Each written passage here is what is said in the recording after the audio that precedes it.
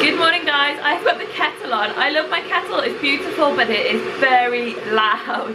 I'm about to do the dishes, so I'm warming up the hot water for that because I haven't got the hot water on at the moment despite all of the baths that I've been having. And I'm back on track now today. I've been a little bit behind with getting the Vlogmases edited, but I think I'm okay. So I'm going to do my dishes now. Also, this hyacinth is starting to flower and it's going to be pink. I thought it would be purple, but it's not. So we might get it yet, who knows.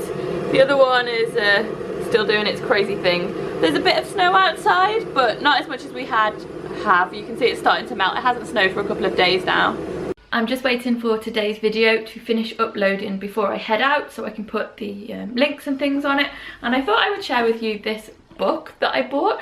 I actually bought it for my niece's 5th birthday, but when it arrived it's way too grown up for a 5-year-old, but it's about nature journaling and keeping a record of what you see outside. And I do think there's possibly some children that it would work for, but much older, maybe 9 or 10-year-olds.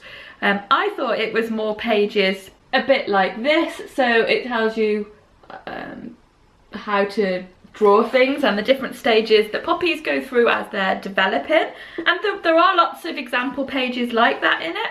Well, there's how to do ducks as well. It tells you about how to write a field guide. It has got sections in it that are about if you're keeping a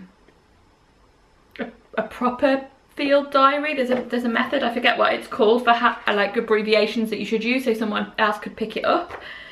It's got it tells you a lot about drawing in it, about mixing colours and things, and it's just a really nice book. And then later on it tells you what leaf shapes to look for, how to draw trees, and it's got quite detailed instructions for the drawing if you're not already a drawer, which is why I thought it would be good for a child. But it's much more grown up. It talks about being quite mindful in nature and making the most of what's around you, and how it's very important to notice what's going on. So I decided to keep the book for myself.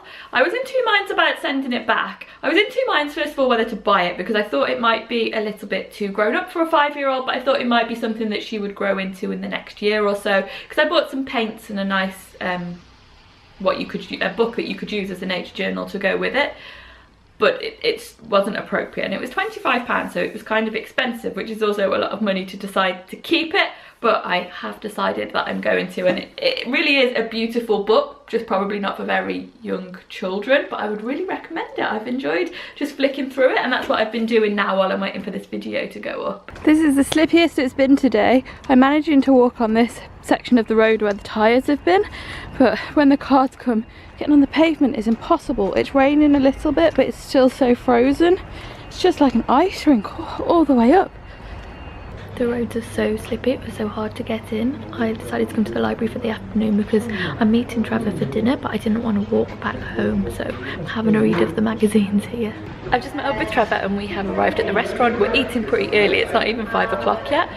It's called the Old Smoky Barbecue. Yes, the Old Smoky Barbecue. We actually came here last week and it was so good we decided to come back again this week, and I thought I better bring the camera.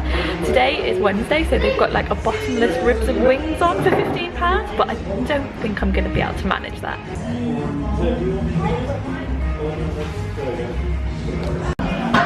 Kids have colouring sheets and Trevor's got a can that's got activities on it. I'm having a cocktail, it's very nice. They look nice. Trevor's got nachos and wings, and I've got ribs, coleslaw and sweet potato fries. For pudding we're sharing a cherry pie, which looks really, really nice. We've just finished dinner in the restaurant and it's snowing. Town looks quite pretty with all of the lights, but we've got to walk home. Despite the snow, there's quite a good turnout for carols in the square, but we're not going to be staying. The town does look amazingly pretty. Oh, you can't quite see all the lights down the street from here.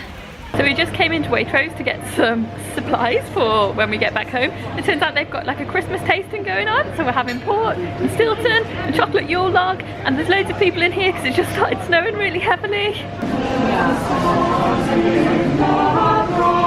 We are home now. It's super slippy out there, but it was so exciting. I didn't realise that Carols in the Square was on. We caught the tail end of that.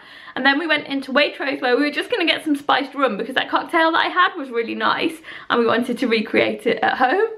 And then they had like a tasting on. So we had 2 very generous pours while we were in there and walked back. It took a while because the snow has started again. But this is what we're having. We got Dancing Trevor, who has probably had too many beers. And we've got spiced, I can't focus on it now, it's jumping Trevor. Spiced rum and ginger beer and limes, and that was called Spiced and Stormy. That's what we're about to have. So we're gonna say goodnight for now, guys, and my question for today is, what would you have at a barbecue restaurant? Thanks for watching, guys, and we'll see you tomorrow. Bye-bye.